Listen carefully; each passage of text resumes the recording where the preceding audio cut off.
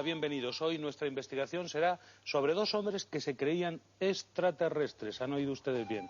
Extraterrestres. Y su convicción llegaron tan lejos que decidieron desprenderse de sus cuerpos para viajar al planeta prometido. Es una de las páginas más negras de la ufología española. Tuvo lugar hace 31 años, en Tarrasa. Dos aficionados a los ovnis fueron encontrados en la vía del tren, decapitados. Sobre sus cuerpos apareció una nota inquietante.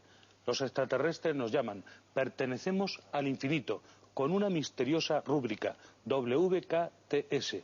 Poco después aparecieron unas cartas póstumas dirigidas a la ONU y a otros investigadores del fenómeno ovni. En ellas, los dos aparentes suicidas hablaban de una increíble mutación que habían sufrido y que les había preparado para un viaje definitivo.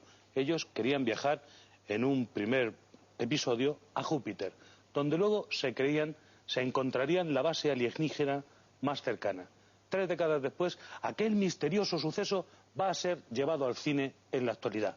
El 7 de noviembre se estrena en las salas españolas, en toda España, la película Platillos Volantes, del director Óscar Aybar, joven director que reconstruye aquella misteriosa aventura, inspirada en uno de los capítulos del libro Enigmas sin resolver, de Iker Jiménez. El filme narra los preparativos de los dos protagonistas para encontrarse con lo que creyeron su destino. En unos minutos desvelaremos todo lo que se sabe de la vida real y de la imaginada de dos estudiosos del fenómeno ovni que se creyeron transformados. Antes les adelanto el contenido de nuestro sumario. Tony Alexander King confiesa ser el asesino de Sonia Caravantes. La policía investiga las pruebas que relacionan al ciudadano británico con la muerte de la joven de Coín y Rocío Barinco. Un bebé de 3 meses a punto de morir triturado al ser arrojado a un camión de la basura en Soria. Hoy en Código Rojo investigamos el extraño suicidio de 2 hombres en Tarrasa y su misteriosa relación con los extraterrestres. Recuerden que pueden participar desde sus casas. Para ello deben llamar al 902-013536, línea abierta 24 horas. Pueden dejarnos sus inquietudes o sugerir nuevos asuntos. ¿Un nuevo planeta puede ser la Tierra prometida? ¿Puede alguien sentirse de verdad un extraterrestre? En un instante vamos a comenzar nuestra investigación. Conectamos ahora en riguroso directo con Manuela. Adelante, por favor. Hola Paco, en Código Rojo como siempre estamos muy pendientes de la actualidad. Por eso nos tenemos que ir irremediablemente a Málaga. Gracias por tu magnífica investigación e información. En los años 60 y 70 del siglo XX, la fiebre de los platillos volantes estalla en España. Juan y José, 2 obreros de Tarrasa, son unos apasionados de este mundo. Cuando sus cuerpos aparecen decapitados junto a una nota que dice: los extraterrestres nos llaman, pertenecemos al infinito. Las preguntas se suceden. 30 años después, este misterio sigue vivo. Les hemos preparado un trabajo periodístico que recuerda a la perfección lo sucedido. 1972. Tarrasa. Un terrible suicidio. 2 hombres decapitados yacen sin vida en la vía del tren. Sobre su pecho, una enigmática nota donde puede leerse: los extraterrestres nos llaman. Pertenecemos al infinito. Los fallecidos son 2 obreros textiles apasionados por la ufología. José Félix Rodríguez, de 47 años, y Juan Turu, de tan solo 21. Apenas un mes después de estrecharse la mano por primera vez, ambos aparecen decapitados. ¡Faltan las cabezas! Es difícil explicar los motivos que llevaron a tomar semejante decisión. Los protagonistas del suceso aseguran que sus cuerpos habían sido mutados. Esperas despertarte algún día en una vida diferente y real, pero nunca pasa nada. Según las víctimas, esta mutación tenía como fin preparar sus cuerpos para viajar a Júpiter, donde se encontraba la base alienígena más cercana. Una carta escrita el día anterior a su viaje cósmico resumía estos pensamientos. Sabréis que estamos con ellos, pues nos han llamado porque nuestra mutación es total. Nos dirigimos al centro galáctico. ¡Mira! ¡Mira! ¿Qué? ¿Dónde? Hay unas luces. ¿Lo ves? ¡Te lo dije! ¿Qué hacemos? Vamos. ¡Venga, vamos! ¡Con ello!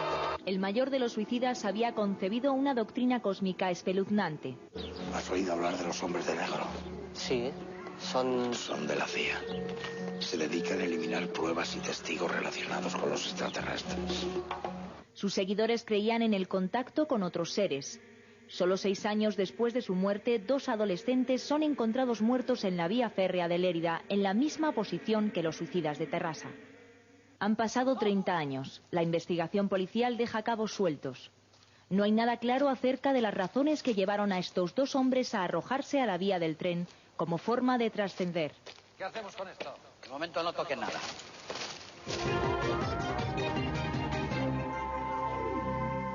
El excelente reportaje que acaban de ver ha sido posible con la colaboración del equipo que protagoniza la película Platillos Volantes. A partir del próximo 7 de noviembre estará en sus pantallas. Estas y otras imágenes que van a presenciar a lo largo del programa se deben a su generosidad.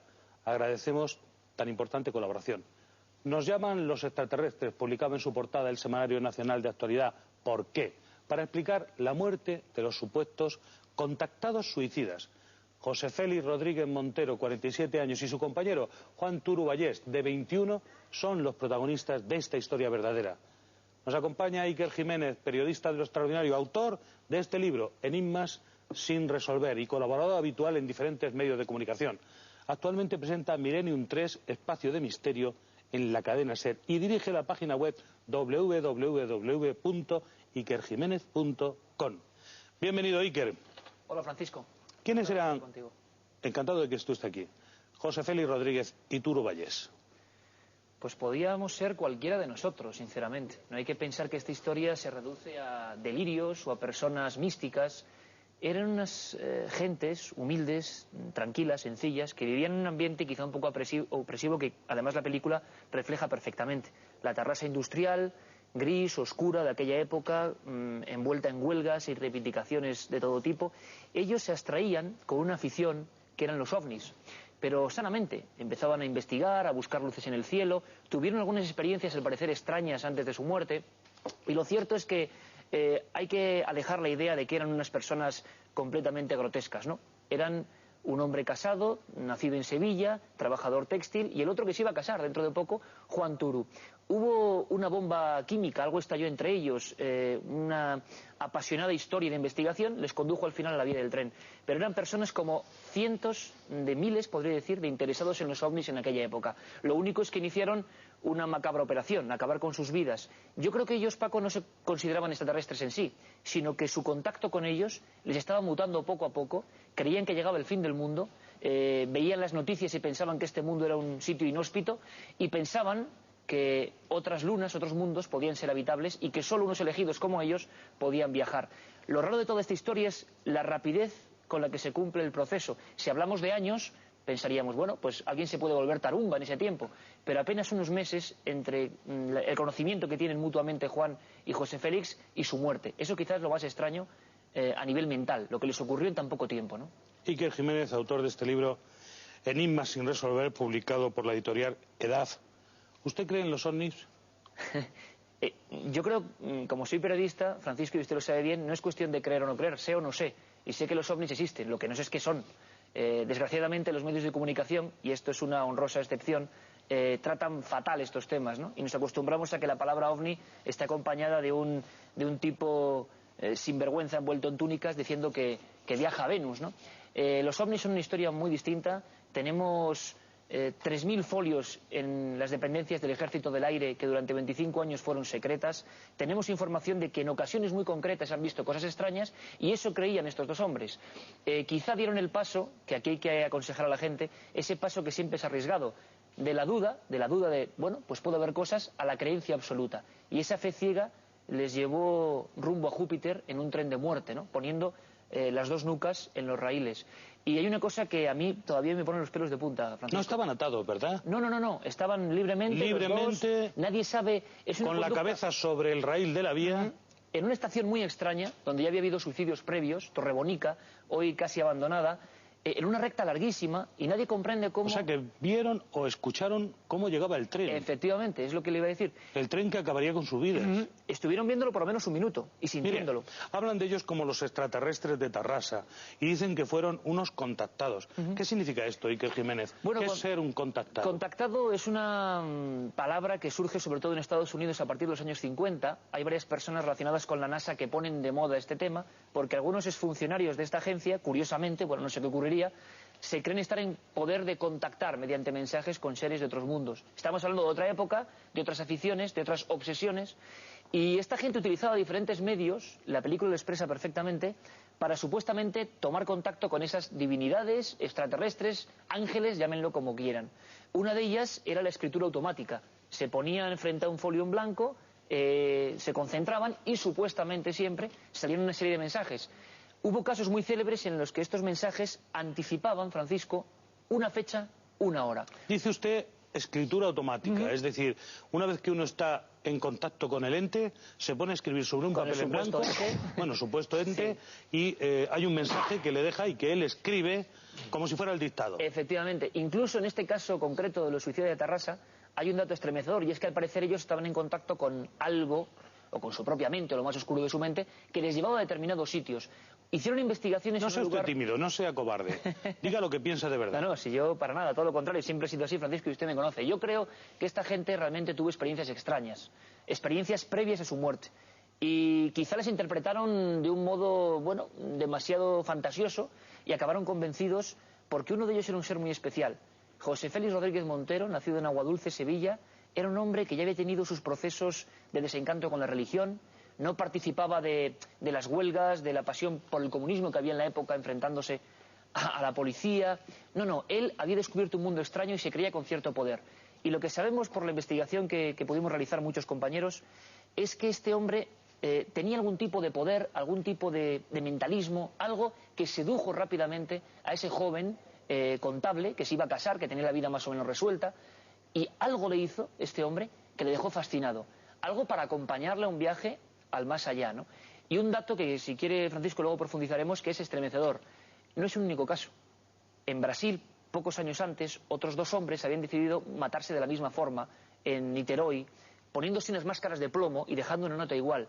Pero lo que es más terrible es que yo descubrí en España, en Lérida, año 78, dos jóvenes de 16 y 18 años, Francisco Saureu y José Luis Vargas, se mataron de la misma forma, eligiendo un lugar igual, una recta, y lo cuenta usted en Enigmas sin resolver, en su libro. O sea que no es un caso único, sino que otros imitaron. Una enorme cantidad de ediciones. Dígame, abducidos, se dice también, ¿es posible que fueran abducidos o al menos uno de ellos? No, aquí deberíamos descartar, Francisco, ir al objetivo. Esta gente, el misterio profundísimo de la mente humana, les llevó a matarse en unas condicionantes que no podemos ni imaginar. Yo pediría a tu mucha audiencia una cosa, Francisco, imagínense ponerse con la nuca en los raíles de una vía de tren, estar durante 1 minuto y medio viendo avanzar unas luces y un ruido que te va a matar, y tener el convencimiento, eliminar cualquier sentido de superación y de supervivencia y no mover un pelo.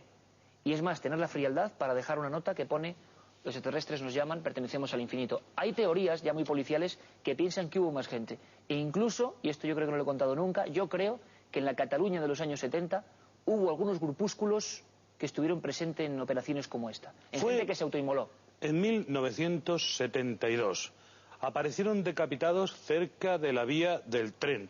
Tenían una química especial entre los dos. Especialmente uno dominaba al otro y le convenció de que eran personas que estaban destinadas a viajar. Pero tenían que dejar en la tierra los cuerpos, abandonar sus cuerpos y salir en un viaje que les llevaba en principio a Júpiter y luego no sabemos dónde. La historia que hoy estamos investigando se estrenará el próximo 7 de noviembre en los cines de toda España. Óscar Aybar es el director de esta película titulada Platillos Volantes. En ella se reconstruyen los hechos reales de este increíble suceso, al mismo tiempo que se profundiza en la personalidad de los dos suicidas. Óscar Aybar, cineasta, bienvenido. Hola, buenas tardes. ¿Por qué se decide usted a llevar al cine esta película? Bueno, por dos cosas fundamentalmente. Yo tengo un recuerdo de infancia muy vivido de esta historia. O sea, yo soy de un barrio obrero, de una ciudad obrera periférica, Barcelona, Hospitalet, Y recuerdo que en un entorno muy gris, o sea, en que no había realmente nada, o sea, yo vivía básicamente de los cómics y de las películas de Fernando Esteso y Pajares. Recuerdo que huía de todo este entorno con la ufología. A mí me apasionaba yo con mi hermano. Ufología, estudio de los objetos voladores no identificados. Tenía libros de Eric von Däniken en casa y tenía un archivo con mi hermano en el que archivábamos, para que la CIA no lo encontrara, nuestras cosas detrás de la biblioteca. Escondíamos un libro y nos sentíamos muy transgresores. O sea, realmente pensábamos que eso era algo importante, ¿no? Y yo recuerdo que de todos los casos, que eran muy lejanos siempre, hubo uno que eran cosas que pasaban en Washington, en Berlín. De repente, pues hubo un caso en que dos individuos en una ciudad de apenas 40 kilómetros de mi casa, pues se habían suicidado para viajar a otro planeta. Y eso, pues, me penetró mucho. Y tuve muy pocos datos sobre aquella historia. Tenía apenas un recorte de por qué, recuerdo. Y luego, con los años, siempre la había comentado mucho en conversaciones con amigos esta historia, y fue a raíz del libro de Iker en que pues me decidí a trabajar sobre esta historia, ¿no? Que parecía que dramáticamente pues contenía todo lo que tiene que tener una gran historia, ¿no? O sea, es una historia que habla de muchísimas cosas. O sea, habla de huida de la realidad, habla de ilusión, habla de vida extraterrestre, habla de muchísimas cosas, ¿no? Entonces empezamos a investigar. Óscar, inmediatamente vamos a seguir profundizando en eso que usted plantea, pero va a ser inmediatamente después de unos minutos dedicados a la publicidad. Seguimos nuestra investigación. El día anterior a su viaje cósmico, uno de los suicidas escribía: al recibir esta carta sabréis que estamos con ellos, pues nos han llamado, ya que nuestra mutación es ya total. Nos dirigimos al centro galáctico. Un saludo cósmico.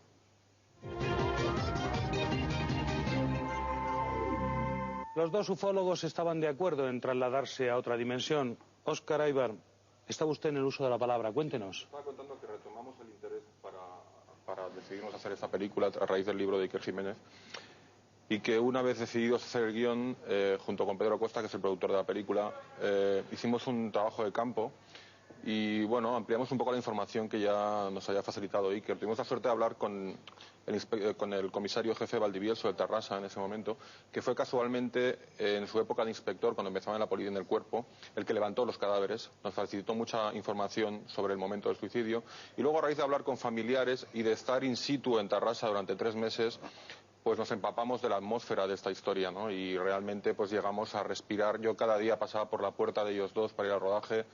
Hemos rodado apenas a unos metros del punto del suicidio y nos hemos empapado de esta pasión por este caso, ¿no? Que es un caso que, como te he dicho, pues apasiona a todo el mundo.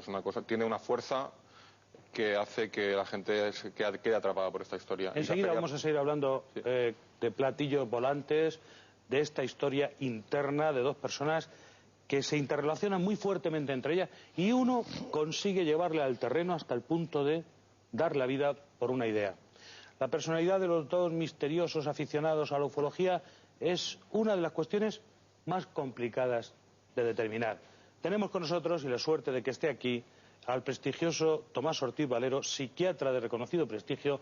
Bienvenido, doctor. Bien hallada. Gracias por estar aquí. Gracias a usted. Es un privilegio tenerle. Muchas gracias. Dígame, doctor, ¿cómo es el proceso? Primero te interesas por los ovnis, luego quieres viajar por el espacio, finalmente te molesta tu cuerpo para cumplir tus deseos. Bueno, vamos a ver que hay que ir despacio. Yo lo único que puedo hacer es interpretar esto desde el punto de vista psiquiátrico. Realmente lo que ha sucedido, pues lo han dicho estos dos señores perfectamente, y yo pues no tengo nada que añadir. Ahora, lo que para mí está fuera de duda es que se trata probablemente de dos enfermos mentales, o al menos de uno de ellos. Uno de ellos tiene una personalidad extraña, que eso se ha dicho, una personalidad pues con determinadas características, y probablemente hace un delirio de relación respecto de los ovnis o respecto de seres extraterrestres, etcétera, etcétera. Un delirio, dice usted, de relación. De relación, de que se relaciona realmente con ellos. Muy seductor, porque consigue que el otro se entregue. Otro, eso es. Entonces este se comporta como inductor y el otro se comporta como inducido. De tal manera que se establece una conexión entre ambos en los que cada uno de ellos aporta información y aporta detalles a esa situación para mí patológica. Y en esas circunstancias, pues no es excepcional que la gente se suicide, ¿eh? Hay bastantes casos de gente que se ha suicidado a partir de este tipo de delirios. Todavía Jan Zarik, que era un catedrático de Heidelberg, había estudiado lo que él llamaba delirios de inducción recíproca, en los cuales no hay un inductor y un inducido, sino que el delirio emerge casi simultáneamente y, evidentemente, los dos van aportando temática delirante. Esto se ve, o él lo vio sobre todo en emigrantes en Alemania, en gente que no hablaba el idioma, que iba allí a trabajar y que de la noche a la mañana, pues bueno, aparecían estos delirios de inducción. Normalmente era respecto al maltrato que recibían por parte de los alemanes y a veces eran de aparición simultánea. Fíjese usted que decía una cosa nuestro amigo el periodista, muy interesante, y es que una de las personas era una persona aislada, una persona que no participaba en la lucha política, que no participaba en la lucha sindical. Hay que pensar que no era un hombre de una gran cultura y sin embargo pues fue asimilando y absorbiendo toda esa información que entonces era muy sugestiva respecto de seres extraterrestres, etcétera, etcétera. ¿Usted cree, doctor, que fueron capaces de crear un microcosmos, es decir, una vida particular en la que podían ver o creer haber estado con extraterrestres? ¿Usted cree que fueron capaces de vivir un sueño y compartirlo entre los dos? Sí, los delirios se viven y se comparten, claro, naturalmente. Pero además no solamente es que se viven y se comparten, es que además tienen una fuerza sugestiva y una fuerza, digamos, impositiva superior al pensamiento normal. Es que esto es peligroso, doctor. Hay que avisar a la audiencia que se pueden encontrar por ahí con personas con la capacidad suficiente de seducción como para llevarlas, inducirlas a un sueño que puede acabar muy mal. Hombre, son excepcionales. Primero estas personas... Pero se ha repetido al menos 2 veces, decía Iker. No, pero 2 veces ¿en cuántos años y en cuántos habitantes? Pues del año 72 al 78 hubo 2 casos. Bueno, 2 casos en 8 años... Y luego, sin ser tan graves, esto de inducir y tal... Vamos a ver. Muy frecuente, vamos doctor. a razonar, no, muy frecuente no. No, gente que tiene esa capacidad. Del año 70 al 78 han pasado 8 años y seríamos 35 o 40 millones de habitantes. Es decir, a grosso modo es más difícil que a uno le pase esto que le toque la lotería 3 veces seguidas. Lo que pasa es que, claro... Al que le toca... Al que le toca, le toca. Lo parte por la mitad porque, doctor, no quiero que se me escape usted hoy, como otras veces, sin mojarse. Yo no me zafo nunca. Hoy tiene usted que dígame. Bajar al ruedo. Dígame. Vamos a ver, ¿cómo es posible que 2 individuos, por mucho delirio que tengan, aguanten a pie firme, estén con el cuello sobre el raíl de la vía y esperen tranquilamente a que el tren les corte la cabeza? Claro, por el convencimiento que tienen... Sin que nadie les ate. Claro, por el convencimiento que tienen de que eso es un paso necesario para el paso siguiente, que sería el viaje a Júpiter, donde les esperaban otros extraterrestres. ¿Una autosugestión, diría usted, doctor? No, más que una autosugestión, un convencimiento mutuo de que ese es un paso necesario para el siguiente. ¿Y con eso quedan anestesiados de manera que no sienten ganas de salir corriendo a medida que empieza a temblar la vía y oyen el pitido del tren? Por lo menos, si no anestesiados, tiene más fuerza la capacidad sobre la conducta de la personalidad o de la parte patológica del discurso que la parte normal, porque no es normal ponerse con el cuello en una vía de tren y desde luego tampoco es normal hacerlo en una pareja y desde luego tampoco es normal el que venga el tren y no tomar ninguna decisión. Pero si ellos, no dejar que les pase la rueda sobre el cuello. Porque si ellos están realmente convencidos de que esa es una parte necesaria para la consecución de su delirio, para la buena marcha de su proyecto, para no utilizar terminología psiquiátrica, pues eso para ellos incluso es una liberación del cuerpo que les está impidiendo precisamente la salida del espíritu o del alma, eso yo ya no lo sé porque yo no hablo con ellos, para seguir su proyecto que evidentemente consiste en ir a Júpiter, donde les están esperando otros alienígenas. Pero sí podemos establecer, doctor, que uno de ellos tiraba del otro y le tenía totalmente, como se dice ahora, comida a la moral. Bueno, más que comida a la moral, lo que pasa es que probablemente uno de ellos era una personalidad fuerte y que naturalmente capaz de inducir en el otro el delirio. También cabe la posibilidad, insisto, en que sea un delirio de inducción recíproca, donde no se encuentra ni inductor ni inducido, Pero desde luego lo que yo no puedo aceptar es que esto sea una conducta normal. Lo que no puedo aceptar, por lo menos no hay ninguna razón para aceptarlo, es que en Júpiter les esperaban otros alienígenas. No hemos tenido ninguna noticia de Júpiter, y lo que no hay ninguna razón científica para aceptar es que en Júpiter les esperaban otros alienígenas que a su vez eran un paso para ir a la galaxia. Esto cae dentro de lo meramente fantasioso, patológico, casi seguro que patológico, porque conlleva el suicidio de 2 personas. Y puede dar lugar pues, a un magnífico reportaje, puede dar lugar a una literatura tan sugestiva como la de nuestro amigo, y seguramente a una película magnífica como la que de este otro amigo. Doctor, ya que lo dice usted, un segundo, porque yo quiero seguir explotándole en esa línea. Esa beta que usted acaba de revelar, tan interesante y tan sugerente. Es usted la voz de la ciencia, de la psiquiatría. Vamos a la imaginación, a la película de Óscar Aybar, director de Platillos Volantes. Vamos a ver una secuencia de su película, don Óscar, y luego la vamos a comentar. Muy bien. Porque no tiene ningún desperdicio. Si la tenemos ya preparada, compañeros, vamos a verla. Tienen la misma forma. Fíjate en eso, la misma forma que en la carta. ¿Qué carta? VKTS. Él lo sabía.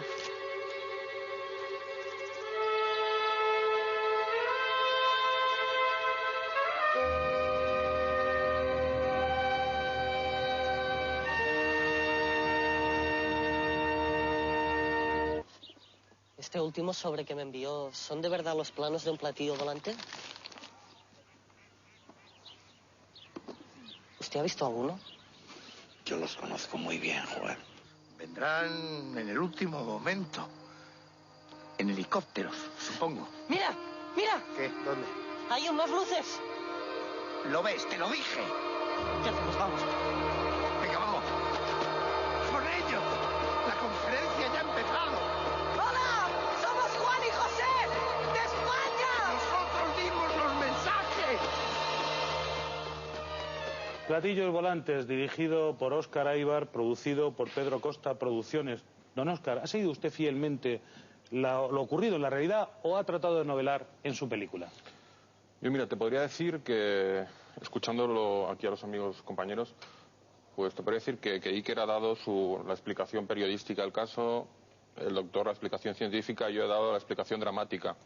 Es decir, a través de todos estos elementos, los informes psiquiátricos, un acercamiento a lo que podían ser estas personas y los datos periodísticos, he construido una ficción. Puede decirse perfectamente que usted ha contado una historia escalofriante. Unos minutos para la publicidad y avanzamos en nuestra investigación.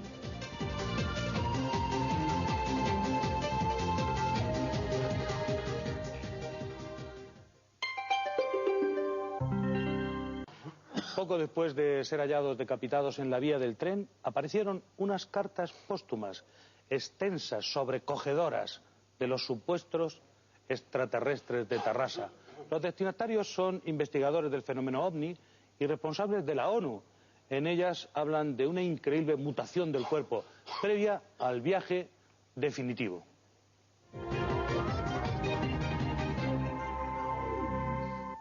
Óscar Aybar, autor de esta película extraordinaria, Platillos Volantes, que enseguida podremos ver en las pantallas españolas muy próximamente.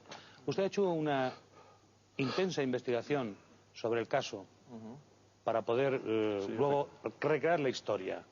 ¿Qué ha podido llegar a saber? ¿Cuál es la explicación última de lo que ocurrió? Hombre, la película da un punto de vista humano, es decir, hemos puesto encima de la mesa todos los datos y hemos construido un guión. Y después de rodarlo, hemos puesto al final las cartas póstumas y todo encajaba.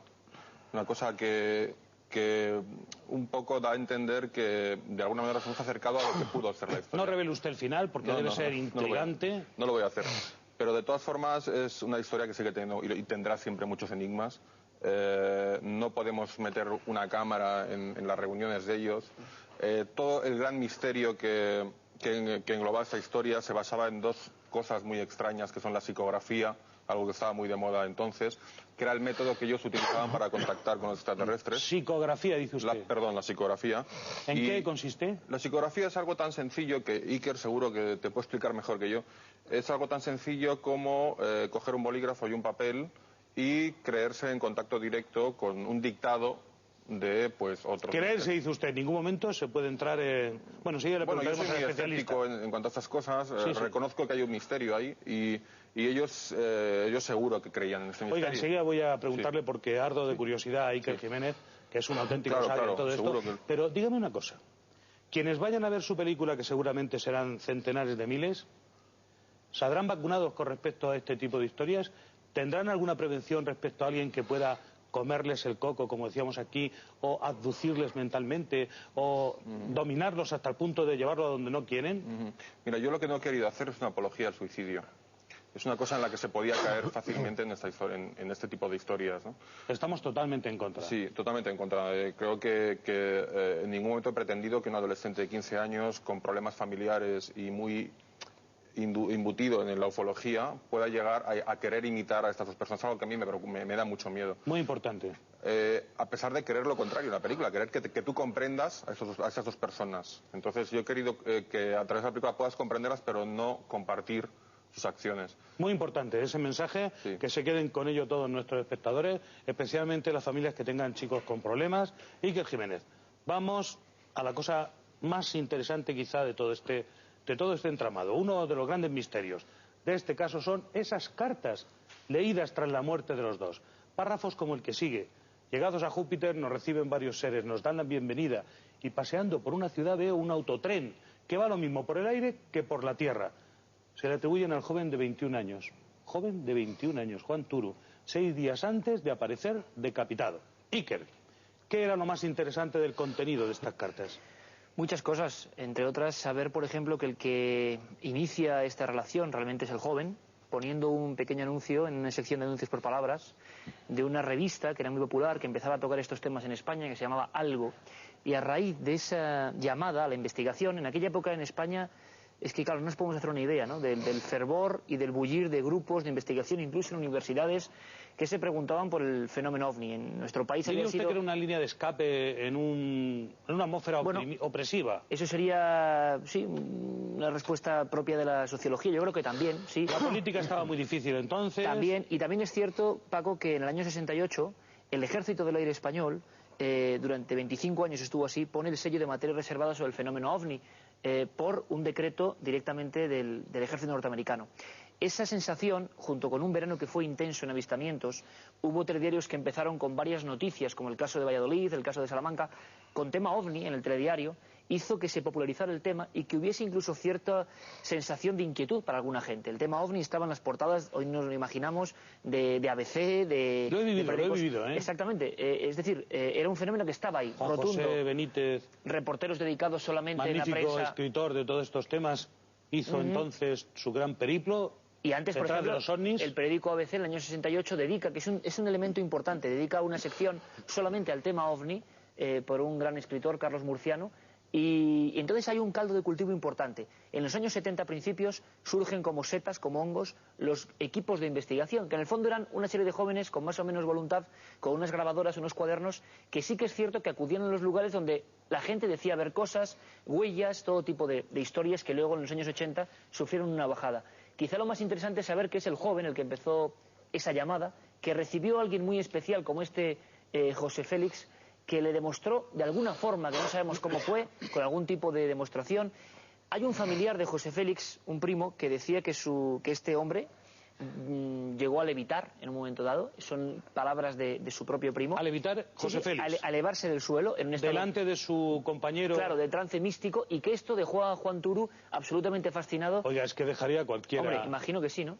Un fenómeno propio, la levitación, lo tenemos en tratados místicos, ¿no? Se elevó un palmo o dos, eso o no medio lo sabemos, metro. no podemos saberlo. Bueno, se elevó del Paco, suelo. Aparentemente, según siempre un testigo presencial, se elevó del suelo, y esto ya cautivó a Juan Turu, y le hizo disipar cualquier duda que tenía ese joven para matarse, claro. Enseguida, Iker, le voy a pedir por favor que nos explique en qué consisten las psicografías, pero no quiero que el doctor se pierda este momento y nos explique ¿Cómo se toma uno, doctor, la posibilidad de que el compañero levite, se levante del suelo 2 palmos, medio metro? Usted no cree en esto, ¿no? Perdón, yo nunca he tenido esa experiencia. Si tienen ustedes a alguien que sea capaz de hacerlo, pues tráiganlo, le vemos levitar y hablamos. Porque yo creo que es que se confunde todo, porque la ignorancia es tremenda. Pero doctor, hay un mecanismo de la mente. Sí, perdón. Claro que hay un mecanismo. Perdone. Es decir, en el místico hay una especie de elevación hacia Dios que interpreta subjetivamente como levitación. Eso sí. Ahora, que un señor levitando se eleve en contra de la ley de la gravedad, en contra de las leyes físicas, a 3 metros del suelo y se quede sin nada más, sin ningún soporte, a 3 metros del suelo, eso a mí me parece verdaderamente utópico, a menos que tenga una capacidad para en el campo gravitatorio inhibir la gravitación, cosa que es bastante difícil. Lo que pasa es que lo que dicen los místicos no es exactamente la interpretación que se da. La levitación en el sentido místico es la elevación hacia Dios, la salida de la parte espiritual hacia Dios. Pero esa salida hay que interpretarla en el sentido metafórico en que habla el místico. Porque mire usted, aquí nos estamos extrañando de que 2 señores se suiciden. Hay una mística española muy clásica y que conocía de todos que dice: vivo sin vivir en mí y tan alta vida espero que muero porque no muero. O sea, si espera una vida tan alta, el paso siguiente de no existir un freno religioso sería el suicidio. Ahora, no confundan ustedes la experiencia mística, que es una sublimación de lo religioso, con la experiencia de personas que son, objetivamente hablando, enfermos mentales o por lo menos que tributan de la psiquiatría. Curiosamente, en España, ese problema se dio durante tiempo y fue la Santa Inquisición, la denostada Inquisición, la que en muchísimas ocasiones tuvo que distinguir entre una cosa y otra. Y hay que decir a su favor que siempre interpretó que estas cosas o que estas personas pertenecían más bien a los dominios de la enfermedad mental. Sin embargo, la Inquisición alemana y la Inquisición francesa no lo interpretaron así, lo interpretaron como fenómenos propios de la demonología y de la brujería, y donde acababan estas pobres personas es en la hoguera. A mí me gustaría decir algo al respecto. Adelante, don Óscar. Sí, yo creo que es muy interesante en este caso constatar que José Félix y Juan pertenecían a 2 momentos de la ufología muy diferentes. O sea, el mayor era un cristiano desengañado. Él se ha demostrado que estuvo como asistente del Papa Clemente en sus trances, en el Palmar de Troya, y él es una de esas personas que cambiaron el Espíritu Santo por los platillos volantes. Óscar, va a seguir inmediatamente después de la publicidad, porque hemos llegado a un punto muy interesante donde el doctor nos abordaba los misterios de la mente y Óscar los resultados de su investigación. Seguimos la nuestra después de la publicidad.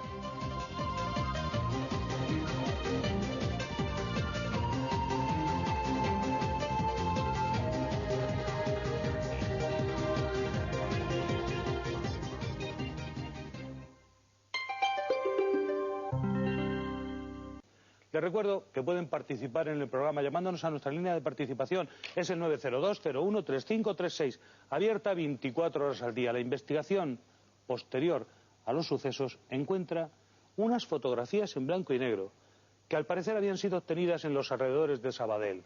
Los ufólogos que creían en el contacto entendieron que los suicidas habían sido eliminados por unos extraños seres.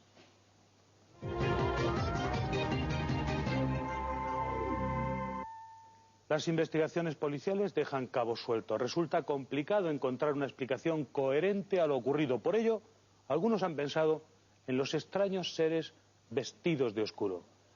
Óscar Aybar, ¿cómo aborda usted la investigación en su película? A mí me gustaría antes acabar con lo que estaba diciendo, por favor, si no te importa, claro, muy brevemente. O sea, creo que es muy interesante en este caso decir que José Félix pertenecía a un tipo de ufología que venía del misticismo. Es decir, era un cristiano desengañado, era un hombre que cambió el Espíritu Santo, era un ferviente creyente católico, por algo que le parecía igualmente misterioso, que era la ufología. En cambio, Juan era el nuevo periodismo, o sea, era un hombre con una metodología científica muy clara, con sus métodos de archivo, con contrastación de pruebas y tal, y esa chispa probablemente fue uno de los detonantes de esta historia. ¿Qué me acabas de preguntar ahora? Le he preguntado que cómo quedó, cómo abordó usted, cómo aborda en la película la investigación del caso, la explicación de lo que sucedió a partir del punto de vista policial o judicial. Sí, ya te digo, o sea, los datos policiales han sido muy importantes. Hablamos con el comisario que fue el comisario actual que en ese momento fue el inspector que levantó los cadáveres. Y bueno, he obtenido datos muy interesantes. O sea, por ejemplo, el tema de los algodones en la vía del tren, que es un tema que Iker y otros investigadores han abordado, es muy interesante. Ellos se les encontraron algodones cerca de las cabezas. Y bueno, pues el comisario... ¿Algodones quiere decir...? Sí, hay una teoría que dice que ellos, para inducir el uno al otro... ¿Un trozo grande de algodón? Sí, que no o unas pequeñas bolitas? ¿Qué apareció? Pues no lo sé, porque no estaba allí, pero se habla de algodón. Entonces hay algunos teóricos que piensan que uno indujo al otro durmiendo con alguna sustancia. El comisario dijo que es muy frecuente entre suicidas y que lo más estremecedor de ese caso es que suicidaron en mitad de una recta inmensa. Era esta parte de los oídos. Un momento, pero si usted dice que quizá cabe la posibilidad de que uno tapara la nariz y hiciera respirar algún cloroformo... Dicho que se ha comentado esto. Yo en la película apoyo otra tesis. Entonces esto podría ser un asesinato. Yo en la película apoyo una tesis más normal, es que no hay inducción ajena, sino que simplemente se tapan los oídos para no oír el tren. Que es lo que el comisario, que tiene mucha experiencia, mucha más que yo desde luego, en descubrir cuerpos suicidas, pues nos ha dado... Y esto sale en la película. Es decir, en la película me ha parecido que era de todo lo que he oído lo más coherente. En su película parece que esos algodones fueron utilizados para no escuchar el pitido del tren. Yo creo firmemente en que fue así. O sea, es decir, que ellos se suicidaron en mitad de una recta, es decir, tenían una convicción muy firme de lo que iban a hacer, porque... ¿Usted cree que aguantaron impávidos? Perfectamente, sí. O sea, que la locomotora llegara... muy convencidos de lo que iban a hacer, incluso Iker ha recopilado información de gente que los vio esa misma tarde muy felices, o sea, iban eufóricos, pletóricos, no iban a matarse, o sea, como ha dicho el doctor antes, creo que y en la película lo trato así, un suicidio es una liberación para los que suicidan. Desde el punto de vista externo es algo terrible, es una gran tragedia, pero ellos se liberan de algo, ¿sabes? Entonces, eso es lo que hemos tratado en la película. Óscar, vamos a ahondar un poco en la película Platillos Volantes, como digo, de Pedro Costa Producciones, que van a poder ustedes ver dentro de muy poco en las pantallas. Vamos a ver una secuencia y enseguida la comentamos.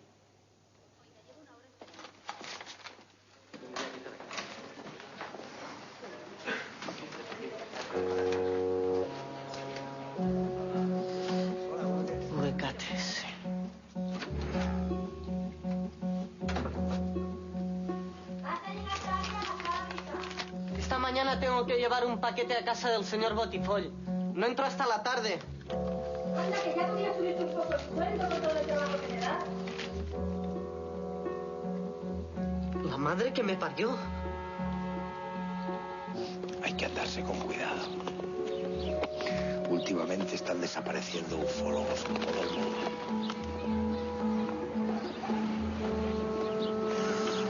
¿Has leído El Horizonte de la semana pasada?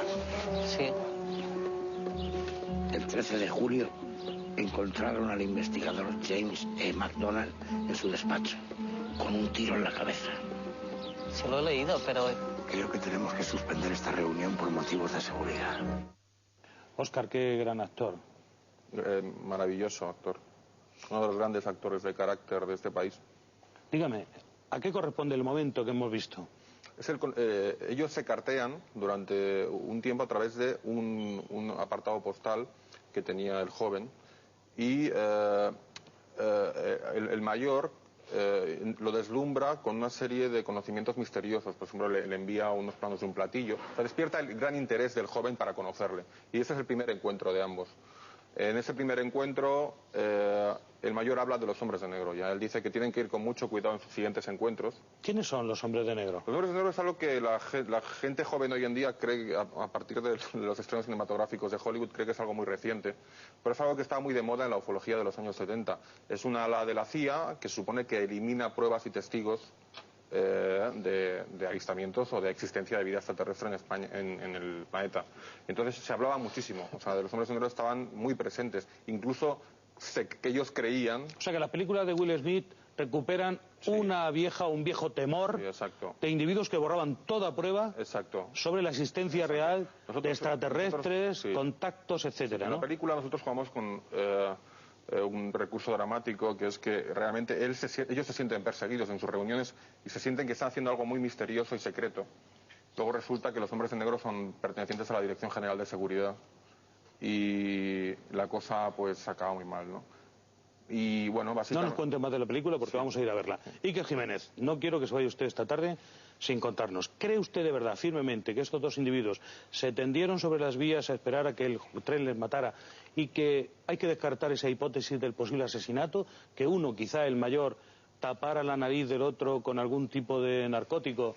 No, yo creo, sinceramente, dos cosas. Hemos hablado de, bueno, igual trivializando un poco el asunto, llevándolo a lo más lógico, que uno estaba loco o era deficiente, no lo sé. Yo pienso que no, que hubo cosas realmente extrañas. Por ejemplo, ¿Usted no piensa que no estaba loco? Claro, Ninguno de los me lo dos. decía el doctor fuera de micro, claro, lógico, ¿qué es estar loco? Entonces, claro, entraríamos en otro debate. No, pero usted cree que eran conscientes de lo que estaban haciendo, perfectamente. creían en su idea. Sí, pero le voy a dar un dato, yo creo que para reflexionar en el misterio de esta historia, el misterio que yo me encontré como periodista buscando esto es los casos de apasionante, imitación. Por ejemplo, se mataron, días antes de matarse hacen un viaje a un lugar que estaba de moda en aquella época en Cataluña, que era Tivissa, donde supuestamente ocurrían cosas raras. Algo les pasó allí para que ellos, en su delirio o no delirio, decidiesen tomar esa determinación. Pero hay algo más raro. Hablamos de dos personas que dejan una nota con esa frialdad y dejan que el tren les cercene la cabeza, brazos perfectamente extendidos. Estaban muy impresionados en Tarrasa porque nunca habían visto un caso igual. Pero yo continué la investigación y vi la historia de Lérida. Saureu y Vargas, 18 y 16 años, el día antes de matarse, su única afición, los ovnis, van a los compañeros de colegio y les dejan sus compases, sus escuadras, material de dibujo muy caro, y dicen, no lo vamos a necesitar más. Con una frialdad tremenda hacen lo mismo, eligen una recta igual y hacen psicografía, que es lo que estábamos hablando un poco antes. Cuéntenos, ¿en qué consiste? Una cosa antes, Paco, si me permite. A nivel policial, en este país solo habría que ir a los archivos. ¿Cuántos casos hay iguales de dos personas que se matan en una vía del tren de esa forma? Dos. Cuéntenos, ¿en qué consiste? Tarrasa y Lérida, nada más. Si no es misterio, nada más. La psicografía. La psicografía supuestamente era una forma, viene del espiritismo clásico, para entrar en contacto con supuestas entidades, como hemos hablado antes, y dejarse en un estado de relajación, hacer una serie de garabatos que, claro, luego imagínense cómo interpreta cada uno, ¿no? Es lo mismo que la escritura automática. Exactamente, sí. Pero esta vez solo representaciones, dibujos. Sí, más o menos lo mismo, sí. Lo que ocurre, y es sinceramente interesante en esta historia, es la frialdad que utilizaron, que eliminaron el instinto más fuerte del ser humano, que es el de supervivencia, que en ambos casos vieron cómo venía el tren desde hace un minuto, que no se apartaron un miligramo de la vía, y yo como periodista lo repito, lo que me parece más apasionante de esta historia es que creo que hubo más gente, y creo que en la Cataluña de los años 70 hubo gente que indujo a inmolarse a gente o que estaba presente. Luego hubo todo un montón de investigadores que rodearon ambos casos, que acabaron de la misma forma, individualmente suicidándose. El lugar no fue elegido porque sí. En Torrebonica, ese desvencijado apeadero de Tarrasa, hubo 13 muertes, siempre individuales, y lo repito y que se queden con esto. Solo tenemos en la casuística policial española 2 casos de decapitados en la vía del tren. En el caso de Lérida, quédese con esto, Paco, que usted es el experto en sucesos, los cadáveres estaban abrazados, sin cabeza, sobre la vía del tren. Los dos únicos casos... En este segundo caso que usted descubrió 2 de octubre y del añade, año 78. y se puede leer en su libro Enigmas sin resolver. 2 de octubre del 78. Iker, me ha dado usted pie para decir una cosa muy importante y quiero que todo el mundo lo sepa. La audiencia, no nos ocupamos de este caso porque sea el caso de 2 suicidas. No nos interesaría, sencillamente. Estamos en contra del suicidio. No, hablamos de un caso misterioso de 2 personas que viven algo extrañísimo, que no está bien explicado, que puede tener ribetes de homicidio, de asesinato o de algo más, como ahora ha apuntado perfectamente Iker en su extraordinaria investigación. Doctor, dicho esto, de que estamos totalmente en contra del suicidio, nos parece inadecuado en cualquier caso, dígame, ¿cómo es posible que se llegue a una situación entre 2 personas como esta que estamos aquí contando, tan misteriosa, tan extraña, en el que la personalidad de uno de ellos debe quedar totalmente eliminada? ¿O qué ocurre? ¿Desaparece la personalidad? ¿Se funden en algo distinto? ¿Qué ocurre? ¿Cuál es la relación entre alguien que se deja llevar de esta forma? La personalidad no desaparece. Es algo que los psiquiatras conocen muy bien. Fíjese usted, si lo conocen bien, que hace más de 100 años que se describió este tipo de patología y se le llamó folía D. La folía D era la locura A2, con esas características de un inductor y un inducido, y luego las modificaciones que se hicieron hace 30 años de los delirios de inducción recíproca.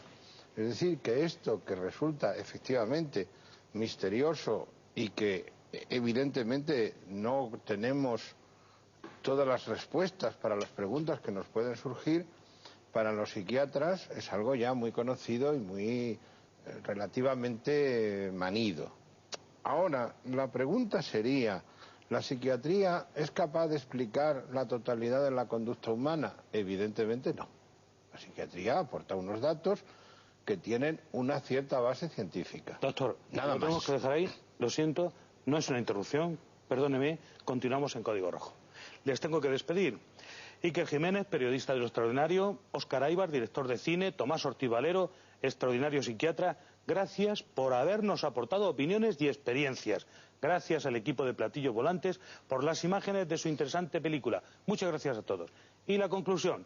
En nuestro punto final debemos concluir que fuerzas extrañas tratan siempre de manipular los episodios más misteriosos relacionados con la ufología y la vida extraterrestre. Por ejemplo, la misión de los hombres de negro sería borrar todo tipo de prueba y de detalle sobre extraterrestres o contactos. Gracias, les espero como siempre.